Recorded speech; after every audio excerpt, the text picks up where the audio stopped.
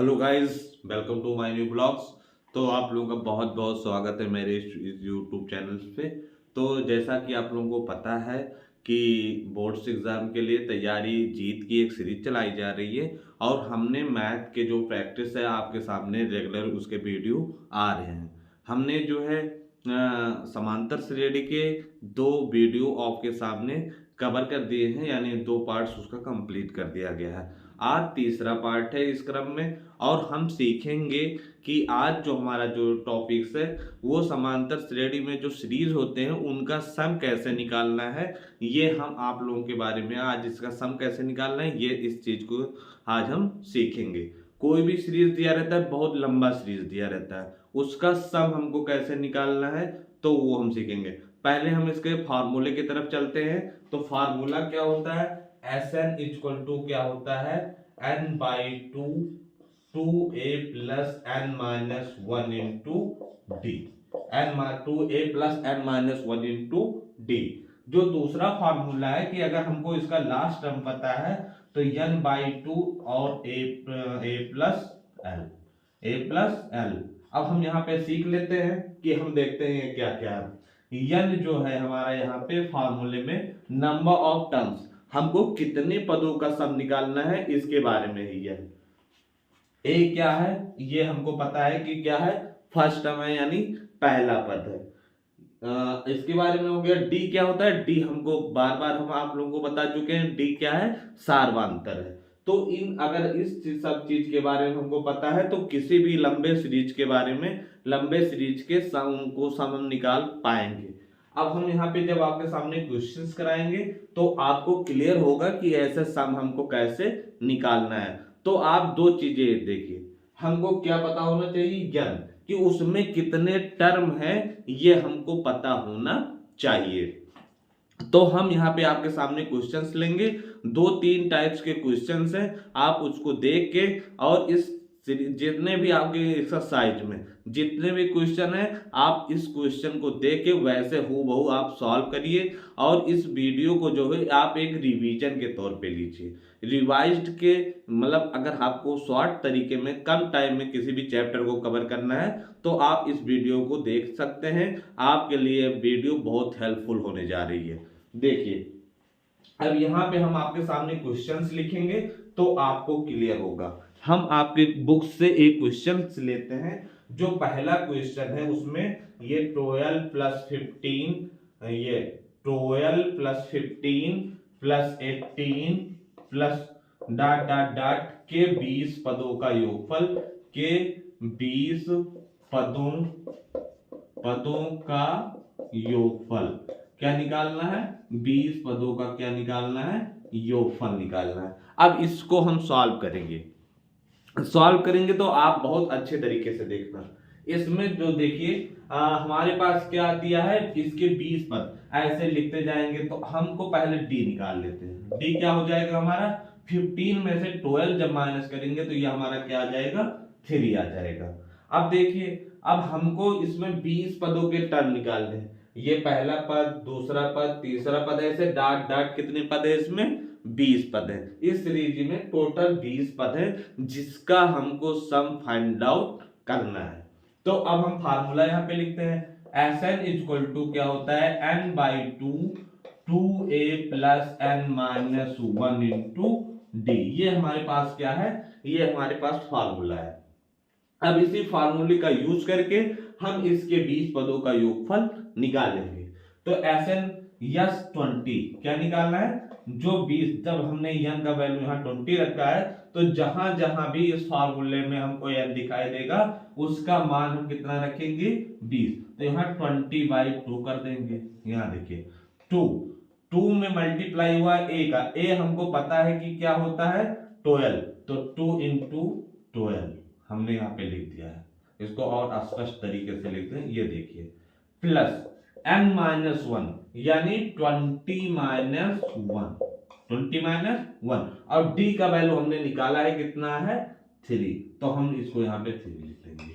यहाँ देखिए 20 को जब 2 से डिवाइड करेंगे तो आ जाएगा 10, इसको यहाँ पे मल्टीप्लाई करेंगे तो 12 दूनी 24, 12 दूना 24, प्लस लगा दीजिए 20 में से 1 माइनस करेंगे तो 19 आ जाएगा, 19 गुणे में 3, ये देखिए 10, यहां देखें 24 प्लस 19 से 57, 19 से 57 ये हो जाएगा, 57 में इतना जोड़ा जाएगा तो ये कितना आ जाएगा, हाँ ये 10 यहाँ पे कर लीजिए, इसको जोड़ दीजिए, 7 और 4 11, 5 और 2 7 और 1 8, ये देख लीजिए 7 4 11 और 5 2 7 1 8। अब 10 का इसमें मल्टीप्लाई कर दीजिए तो ये आ जाएगा हमारा रिक्वायर्ड आंसर।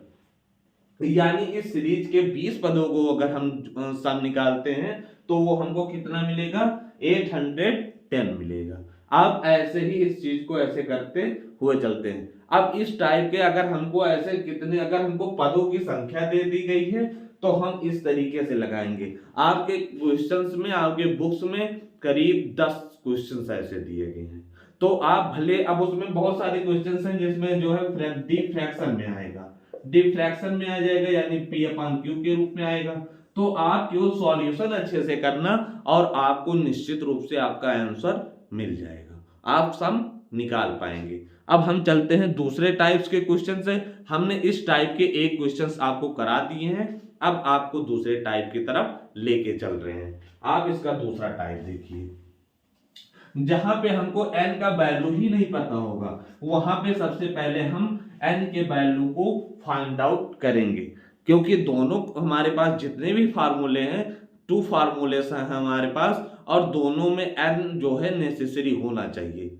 n अगर नहीं होगा तो हम उसका फाइंड आउट, उसके सम को फाइंड आउट नहीं कर सकते हैं। तो देखिए हम आपके सामने ऐसा ही एक क्वेश्चन लेते हैं। ये हमारे पास एक क्वेश्चन आपके बुक में जो दिया है 34 प्लस 32 प्लस ऐसे डॉट डॉट 30 और plus dot dot dot plus 10, ये हमारे पास दिया है। आपको ऐसे क्वेश्चंस में दे दिया जाएगा, अगर इनके बीच में ऐसे प्लस लगा हुआ है, आपके ऑब्जेक्टिव्स में आएगा और आपके लॉन्ग क्वेश्चंस में ऐसे भी जो अलग तरह क्वेश्चंस होते हैं जो 2 3 4 नंबर के होते हैं, उसमें भी आपसे ऐसे क्वेश्चंस पूछे जा सकते हैं।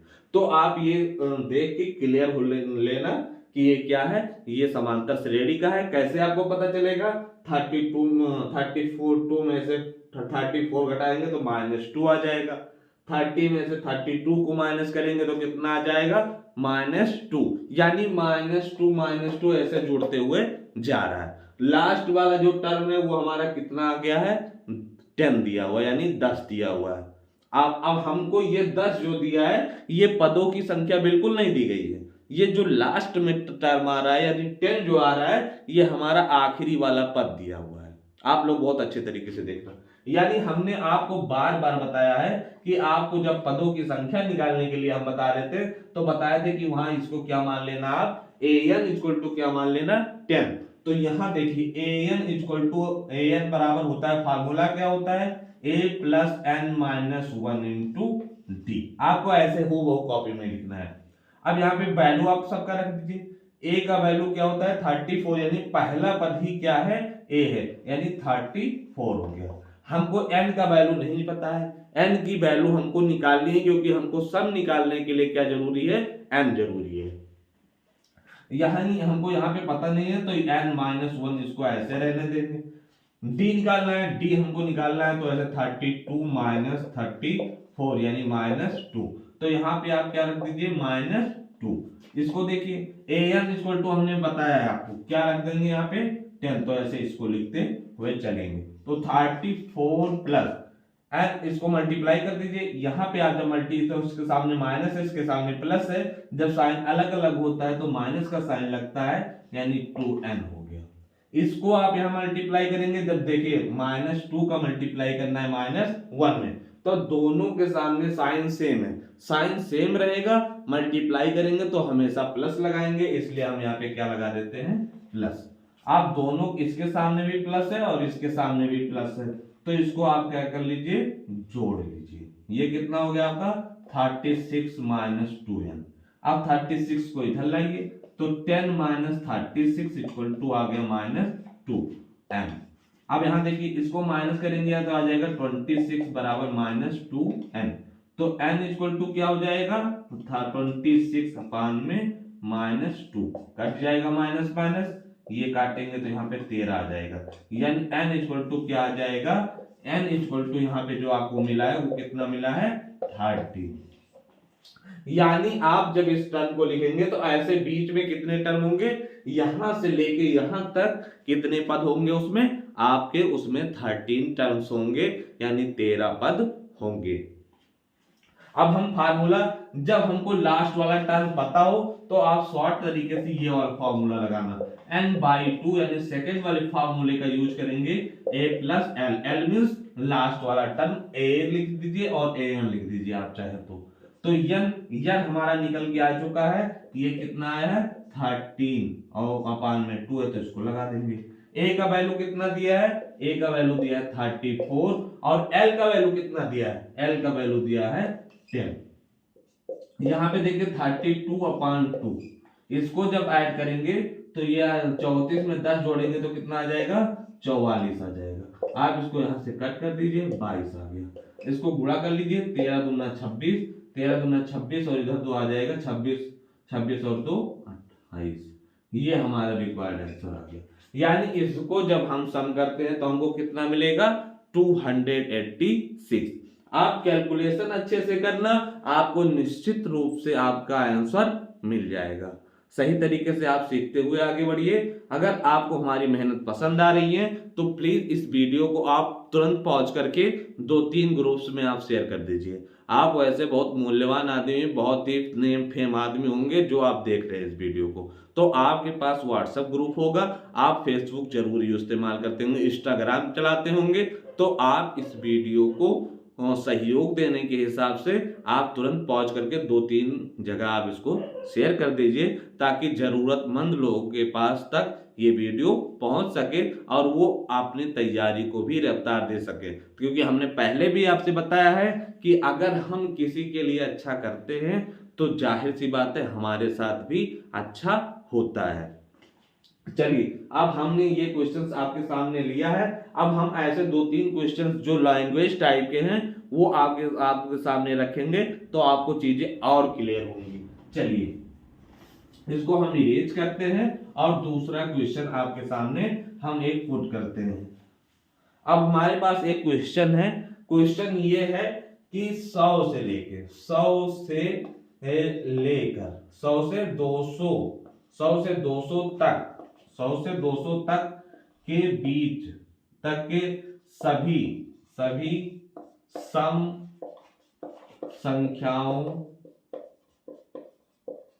संख्याओं का योगफल, ये आपके बुक का क्वेश्चन है। ठीक, इसको आप देखिए, 100 से लेकर 200 तक के सम संख्याओं का योगफल है।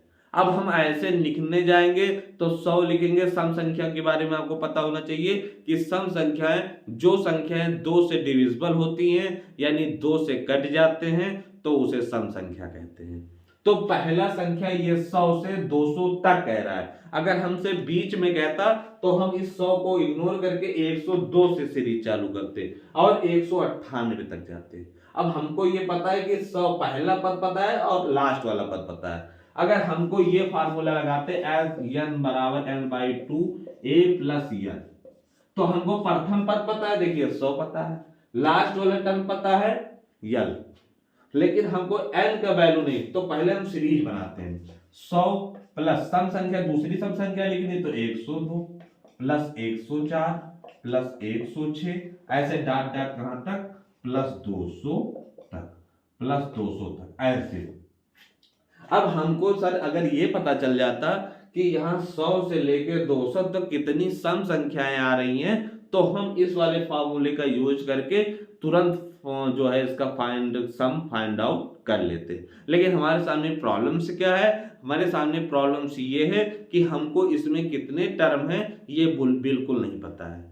तो सबसे पहले है हम इसका जो है सम निकालने की कोशिश करेंगे। सम मतलब n निकालने की कोशिश करेंगे, सब तभी तो हम सम निकाल पाएंगे, क्योंकि हमने आपको बार बार बताया है कि सम के दोनों फार्मूले में n निकालना यानी n पता होना बहुत जरूरी है। तो n कैसे निकलेगा, उसी तरीके से an बराबर a plus n minus 1 into D. तो हमने ये लास्ट वाले टर्म को ही क्या मान लिया है, ए एन मान लिया है। तो यहां लिख दीजिए आप 200 इक्वल टू ए कितना है 100 प्लस एन कितना है, एन हमको फाइंड आउट करना है तो एन माइनस 1। और डी देखिए, जब सम संख्या सम कहे या विषम संख्या कहे तो दो दो का डिफरेंस होता है, इसका मतलब यहाँ जो डिफरेंस आएगा यानी सार्वंतर आ जाएगा वो कितना आ जाएगा, वो आ जाएगा 2 का। 100 को इधर भेज दीजिए, 200 माइनस 100 बराबर, इसको मल्टीप्लाई कर लिए 2n माइनस 2। तो जब इसको माइनस करेंगे तो हमारे पास कितना आ जाएगा 100, 2n माइनस 2, 2 को इधर भेज दीजिए तो 100 प्लस 2 बराबर 2n, यहाँ जोड़िए तो ये हो जाएगा 102 बराबर 2n। तो n इक्वल टू 102 बटे में 2 काटेंगे तो 51 आ जाएगा, यानी n इक्वल टू क्या आ गया 51। यहाँ पे हम लिख देते हैं n इक्वल टू हमको कितना मिल गया है 51 हमको मिल चुका है। आप चीजों को अच्छे तरीके से देखिए, हमने ये जो लास्ट वाला टर्म दिया था इसको हमने an मान लिया है, an मान लिया यानी 200 लिख दिया, इसमें से माइनस करेंगे तो ये आ जाएगा हमारे पास। देखिए अब हमको सब निकालना है तो ये वाला फार्मूला, क्योंकि हमको लास्ट टर्म भी पता है, ए भी पता है और n का वैल्यू भी पता है, तो लिखेंगे Sn equal to n by 2 2a plus n, ये फार्मूला लगा देंगे। n का वैल्यू ये कितना है 51 अपॉन में 2, a का वैल्यू कितना है 100 है, 100 प्लस यहाँ पे an का वैल्यू कितना है 200, यहाँ 51 अपॉन 2 और इसको जोड़ेंगे तो ये आ जाएगा कितना 300 आ जाएगा, 100 में 200 जोड़ेंगे तो 300 आ जाएगा। यहाँ पे आप कट कर दीजिए, यानी 2 का 2 पंचे 10 यानी 15 यानी 150, 51 इंटू 1500 150। अब इसको गुणा कर लीजिए, 15 करने में 15 और 15 बचे 75, 75 और 1 76 और 1 जीरो बढ़ा देंगे, ये हमारा क्या आ जाएगा 7650 आ जाएगा। यानी 100 से लेके 200 तक के बीच के सम संख्याओं को अगर हम यहाँ पे ऐड करते हैं तो हमको कितना मिल जा रहा है 7650। आप किसी से मौखिक तरीके से ये क्वेश्चन पूछ सकते हैं कि आप बताइए, को जो इस रूल के बारे में नहीं जानता होगा वो इस क्या करेगा, सारी चीज को पहले लिखेगा फिर एक एक करेगा और पूरा कैलकुलेटर हैंग कर जाएगा।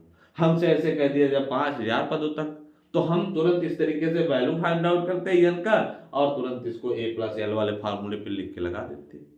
तो अगर हम चीजों को जान रहे हैं, सबसे पहले आप कोई भी क्वेश्चन किसी भी चैप्टर का सॉल्व करने जाना तो उसका फार्मूला लिख लेना। फार्मूला लिखने से यह हमको क्लियर हो जाता है कि उसमें किस किस चीज का होना जरूरी है। अब हमको ये पता चल जाएगा तो हम तुरंत उस चीज का वैल्यू फाइंड आउट करके उस फार्मूले में लिख के उसको सॉल्व कर लेते हैं। लेकिन जब हमको फार्मूला नहीं पता है तो हमको ये कैसे पता होगा कि इसमें किस किस चीज की जरूरत है। बाकी अगर हमने पहले भी कहा है कि हम आपको अच्छा स्कोर दिलाने के लिए हर संभव प्रयास करेंगे। अब बस आपको क्या करना है, इस वीडियो को अच्छे से देख के रिवाइज करते रहना है। आपको डेली हर सब्जेक्ट पे फोकस करना है। पढ़ने से ऐसे नहीं है कि आप कुछ भी पढ़ते रहिए। मैं भले ही कुछ सब्जेक्ट को पढ़ा पा रहा हूँ, डेली अब हिंदी की वीडियो भी आएंगे। अब हो सकता है संभवतः 2-3 दिन में हिंदी की वीडियो भी, जो रचनाएं जो दी हैं, जो हमने ट्रिक्स आपको बनाया है अपने द्वारा, वो आपके सामने रखा जाएगा कि आप अच्छे से तय कैसे। लेकिन उससे वास्तविकता का कोई लेना देना नहीं है, लेकिन ये जरूर है कि वो चीजें आपको याद जरूर हो जाएंगी। तो आप जो है क्या करिए, अच्छे से चीजों को रिवाइज करते रहिए। हाँ, और हमने पहले भी वीडियो आपसे बनाया था तो हमारा एक ही उद्देश्य था कि किसी तरीके से आपके पापा मम्मी को और जो भी पेरेंट्स आपके लिए इतना मेहनत कर रहे हैं उनको सम्मान दिलाया जाए। सम्मान कैसे दिला सकते हैं, उनको एक अच्छा सा रिजल्ट अपना देके, जब इस रिजल्ट का सब वेट कर रहे होंगे और आप आपके पापा या जो भी पेरेंट्स आपके पीछे इतना एफर्ट्स कर रहे हैं, आपके सामने इतना मेहनत कर रहे हैं कि आप उनको तो आप जब वो रिजल्ट आपको देंगे, आप उनको देंगे तो वो बहुत सीना है जैसे फाड़ के, मतलब चौड़ा करके दूसरों के सामने अगर रखेंगे कि देखो मेरा बेटा या मेरा भाई इतना नंबर स्कोर कर लिया है, इतना नंबर स्कोर किया है। लोगों के द्वारा जब फोन करके पूछा जाएगा, अगर आपका अच्छा नंबर रहेगा तो उनको बताने में थोड़ी सी भी शर्मिंदगी महसूस नहीं होगी और बहुत अच्छे से कहेंगे कि मेरा बेटा या मेरा भाई इतना स्ट्रगल किया है। लेकिन आप बहुत स्ट्रगल कर लें, आपका नंबर ना आए, ये तो कंट्राडिक्शन वाली बात है। लेकिन अगर आप मेहनत करेंगे तो और निश्चित तौर से आपको सफलता मिलेगी, क्योंकि अगर आप प्रयास करेंगे तो प्रयास कभी व्यर्थ नहीं जाता है। आपके पापा मम्मी को सम्मान दिलवाने में हमारा जो ये कदम है, हम भले ही वीडियो लेट डालते हैं लेकिन हम अब इस चीज़ को बंद नहीं करेंगे। हमसे 2-4 बच्चे ही सीख रहे हैं, लेकिन वो अच्छे, आप हमारे कमेंट को देखिए, मैथ की जो है क्लासेस के लिए डिमांड की जाती हैं।